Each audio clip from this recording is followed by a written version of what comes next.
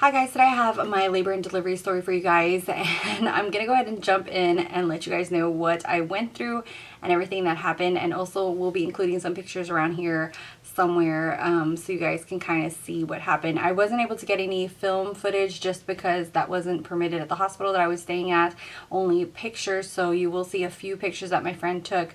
Obviously I'm not going to show everything because that is just way too much oversharing.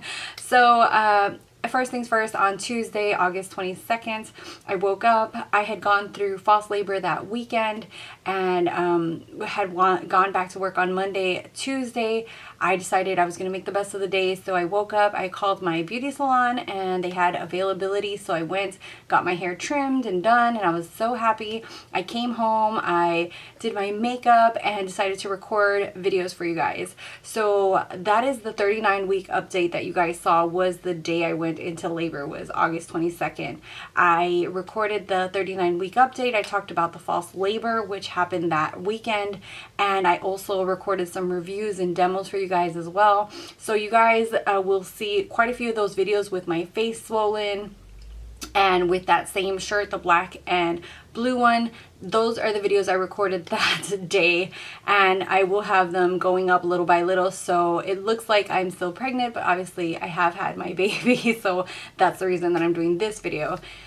So around 10 o'clock at night, I was editing videos for you guys, and I had edited the labor and delivery one and had already uploaded it. I started getting like really bad menstrual kind of cramps down there, and I started thinking, this is probably false labor again. Don't, you know, panic or anything like that. Around 11 o'clock, it got to the point where I was moaning out of pain because they were so strong. They radiated down my, like from on my bottom back all the way to the front, and I could tell that this was probably the real thing because my pain tolerance is pretty high, and it was getting to the point that I was, you know, was like, okay, I think it's time to go. So we called my parents, and my husband got everything in the car, and by midnight we were at the hospital. When I was in false labor, the last time they had checked me, I was basically almost at 5 centimeters dilated. When I got to the hospital at midnight, August 22nd, there was, I was at 6 centimeters. So I was admitted. They told me that tonight was the night he was going to come. So he was basically going to be born on August the 23rd. From midnight all the way to about 9:30 a.m. I went through all kinds of contractions.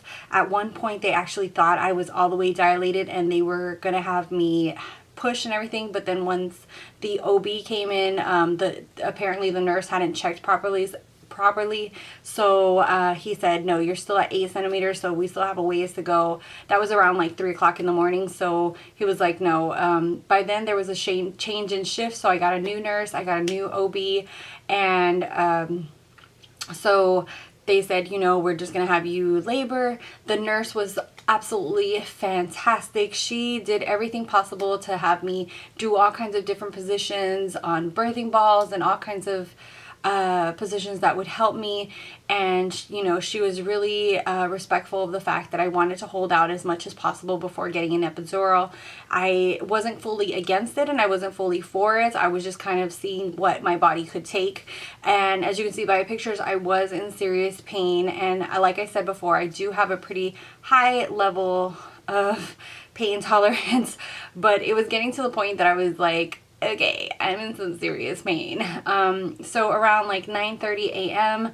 I had already been in labor. I don't even know how many hours by then. I know I had been in labor, I think it was around like 10 hours already. And yeah, I have a few notes here. And by then at 9:30, 10 o'clock in the morning, I was already at 9 centimeters, but it wasn't progressing because of the fact that every time I would get a contraction, my body would just automatically clench. I would automatically feel my body tense up because of the fact that I am in pain, and it's hard for you to relax your body when you're feeling, you know, like something's coming at you and you can't, you know, control that pain. So the nurse told me that they were going to break my water, so they went ahead and the doctor came in and she broke the water of where he was at. I thought that right then, I was like, okay, you can hold on, you can do this, you got this, your body's made for this, he is going to come out now. And they had me they kept checking me because I had to be at least 10 centimeters for me to start pushing. And I was already starting to get that feeling that I wanted to push, and they were telling me not to. So they don't want you to damage your uterus or anything like that. So that's the reason that they tell you not to push. And it was very excruciating for me to hold that and not push when you really want to. So I kept waiting, and it got to a point where they said, you know, we're starting to think that maybe he's compounded, and which means that his little fists are probably like either one or two of them are like near his head. This might take a while. We're not really sure. It might even take up to 3-4 more hours. We really suggest that you take the epidural because of the amount of pain that you're in, the excruciating pain that you're in. It'll help your body relax, and it'll probably help him come down more. I got to the point that I was really desperate. Like, I felt that my body was ripping in half and I couldn't take it anymore. So I went ahead and asked for the epidural. The anesthesiologist came, they put in the epidural, and it was like, oh, it was heaven. But my whole body felt like it was tingling. I couldn't feel my legs. It was almost like I couldn't control my body, which was another bad thing. But at the same time, it really helped, especially when I would look at the monitor and see how excruciating some of the contractions were going to be. At that point, they added in Pitocin to my body, which thankfully I was under the epidural, because if not, I don't think my body would have been able to handle it. I probably would have passed out from the pain. At that point, they added Pitocin to me to try to stimulate him. He came down to 10 centimeters finally after about 2 hours. And for around midday to around 4 o'clock in the afternoon, I was pushing and pushing in all kinds of positions. They had me on all fours. They had me with one leg, with 2 legs. They just kept asking me to push, push, push, push, push. We even did like with blankets where they would pull, and we would pull and do like a tug of war, and I would push. And I mean, if you're watching this video, obviously, you know, it's a labor and delivery video, so I know there's going to be like too much information kind of video, but I literally, like, from pushing would, you know, at points would poop. Like, thankfully the nurse was there and she cleaned everything up and everything. But those who've been through something like this, then you know that there's a possibility of you getting hemorrhoids. There's a possibility of you pooping yourself. So it just kind of comes with the territory of having a baby. And I mean, all bets are off when you're on there. I mean, anyone and everyone who comes in the room sees all of you. And you kind of just lose all respect for having any kind of shyness or anything like that, or privacy at all. So after about 4 hours of doing that, they decided that they would have me push one last time. I kept pushing and pushing, and his heartbeat started dropping, and so then they would have me rest, and then his heartbeat would come back up, and she was really scared that he wasn't gonna, you know, come out. So next thing was, she said, I'm gonna try at least twice with a suction. So they tried with a little vacuum on his head and tried to suction him out, like vacuum him out. It's like a little round sponge vacuum, and they tried that twice, and he was just not budging whatsoever, and his heartbeat dropped again, and she decided, you know, we're gonna have to do an emergency C-section. So I ended up being taken to the OR, which was really scary, because right at that last point when they were using that suction cup, I felt like the room just flooded with people. There was around like 14 different people in there, and it was just crazy and scary. But thankfully they took me out to the OR. My husband was able to go in there with me. He was able to like sit beside me, and yeah, and by 4:22 sorry, I'm just like scatterbrained. By 4:22 in the afternoon, Sebastian was born. That was the time that he was born, August 23rd at 4:22. It was absolutely amazing. I just could not control the emotions of hearing him cry. It was just the most beautiful and, you know, like astonishing thing ever in this world. It's like something like you just can't describe, and I think like any mother can just testify to that. It's just such an incredible moment in life. And yeah, so he was born, and thankfully, You know, he came into this world nice and healthy. They were able to do everything they had to do with me, and he was nice and healthy. Later on, I might do a video on breastfeeding. I have been breastfeeding. Today is exactly 14 days since he was born. Today is actually September the 6th. So today is actually the 14th day. So he's actually 2 weeks exactly today, and I'm 2 weeks postpartum.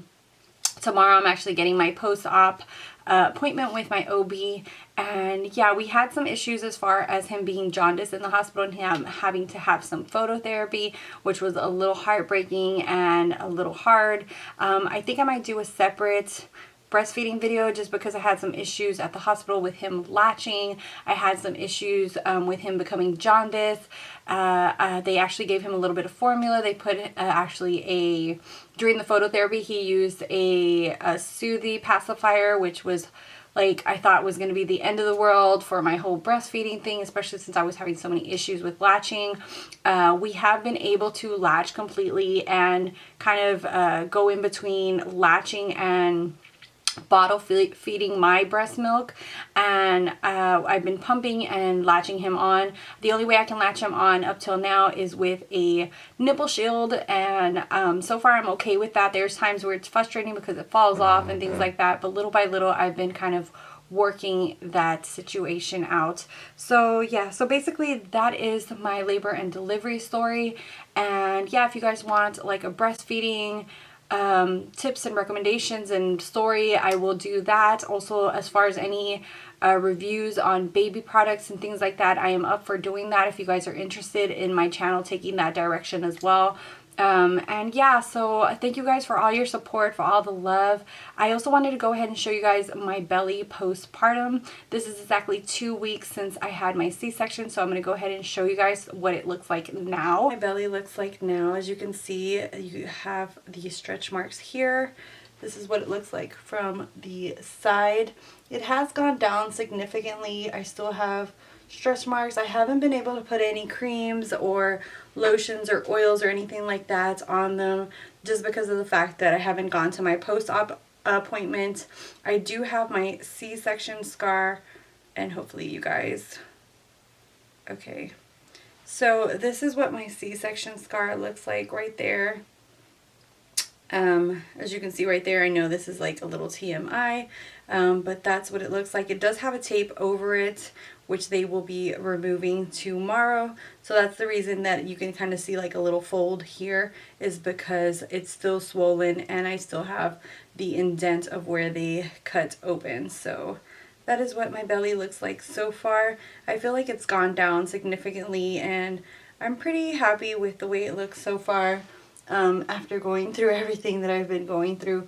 Of course, with time, I hope to finally be able to bring everything down and back into place. So that is what my belly looks like now. Let me know if you guys want to see more postpartum videos as far as like the belly going back or getting back in shape and that kind of thing. I am hopefully at some point going to be able to go back to eating healthy and, you know, getting back into shape. I feel like breastfeeding has helped a lot with diminishing the belly down and helping me get back into, like, my uterus get back into place. Also, they did give me kind of a band, like a belly band to put around, and I have been putting that on for a certain amount of hours each day, so that has helped as well. And yeah, I'd just like to thank you guys so much for all the support through this whole pregnancy, for being so supportive and loving and just really just encouraging, being just so, giving so much love as far as like on Snapchat, Instagram, on all my platforms. It just really means the world to me. YouTube is just a little hobby for me, but you guys really make it worth all the sacrifice that I do to actually put these videos out. So I just from the bottom of my heart want to say thank you. And yeah, so thank you guys so much. I love you guys, and until next time, bye guys.